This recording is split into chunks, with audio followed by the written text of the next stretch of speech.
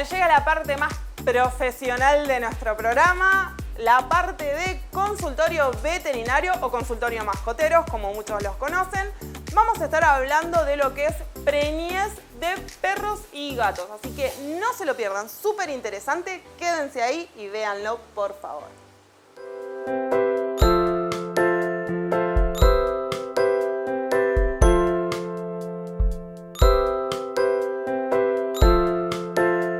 Lo primero que la gente tiene que saber es que normalmente la preñez en la perra y en la gata tiene una duración aproximada de 60 a 63 días, es decir, un promedio de 2 meses.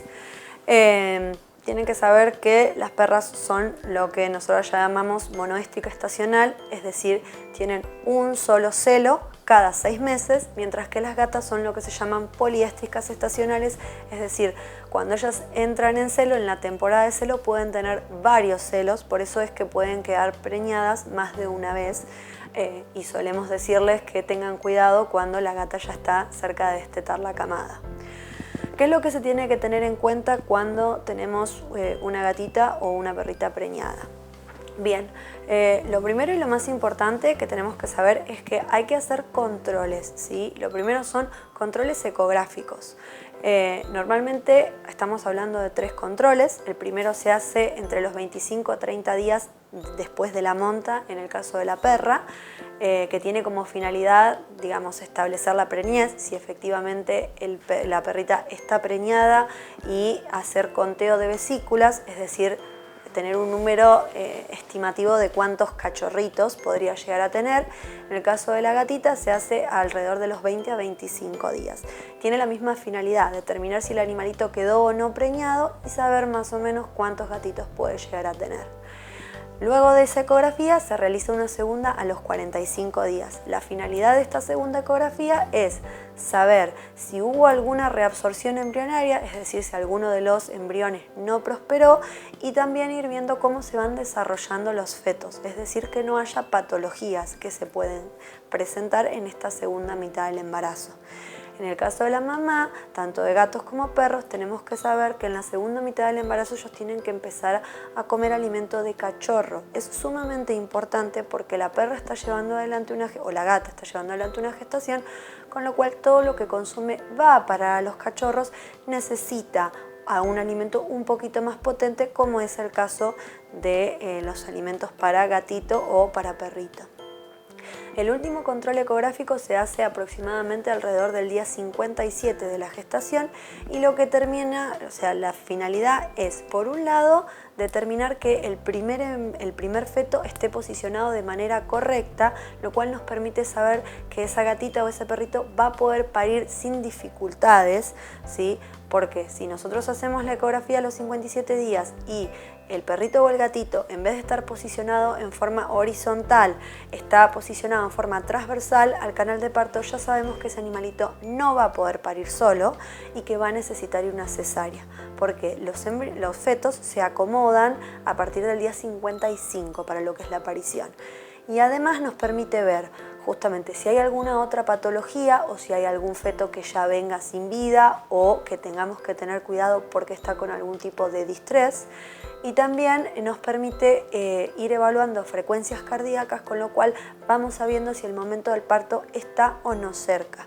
Todos estos controles son sumamente importantes para que el dueño pueda en el momento del parto estar tranquilo.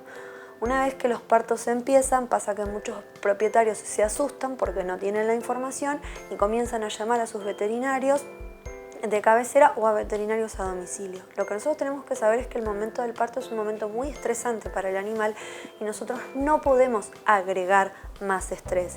Es decir, en ese momento no puede venir gente extraña a la casa, menos un profesional que tiene olor a otros animales y que realmente al animalito no lo va a hacer sentir cómodo, lo puede hacer sentir amenazado, se puede poner agresivo, ya sea para con las personas o inclusive para con las crías, que puede desencadenar en situaciones desagradables.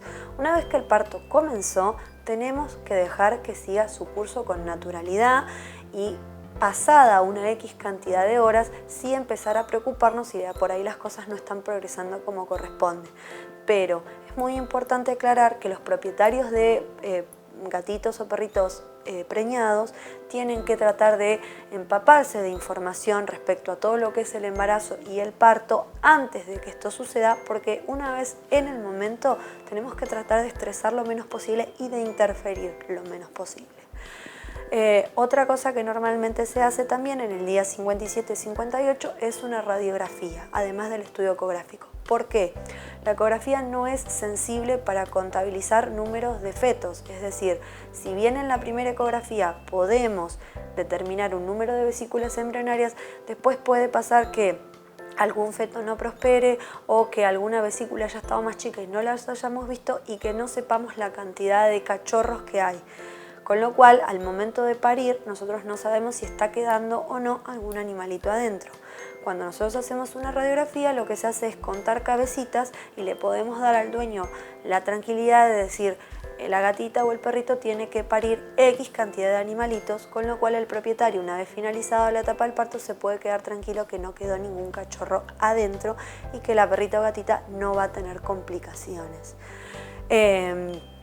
Digamos, estas son cosas que es importante que los propietarios sepan sobre los embarazos para, como explicaba antes, llegado el momento, no entrar en pánico, no pasarlo mal y no afectar negativamente, porque obviamente todo el estrés que uno tiene a la mascota ya de por sí se lo transfiere y es un momento difícil para el animal, ya sea un perrito o un gatito. Lo que tienen que saber es que los tiempos de parición son bastante, digamos, tienen una amplitud importante. No es lo mismo si es una perrita que parió por primera vez que si es una perrita que ya tiene otras pariciones hechas. No siempre los cachorros salen en el mismo intervalo de tiempo. Hay varias cosas que pueden pasar durante el embarazo. Por ejemplo, cuando las perritas son primerizas, a veces se ponen extremadamente nerviosas, pujan un montón para el primer cachorro y después tienen que parar y descansar hasta que pueden pujar para los siguientes, con lo cual el lapso de tiempo se puede estirar. La gente tiene que, como te digo, o sea, esto es muy relativo de cada animal y tiene que ver mucho del conocimiento que el dueño tenga sobre todo el proceso, es lo que va a aportar tranquilidad y seguridad. Por eso es importante cuando tiene un animalito no esperar al momento del parto, sino ir haciendo las consultas veterinarias previas, ir leyendo, ir pidiendo a su profesional información para llegado el momento no asustarse y no cometer errores.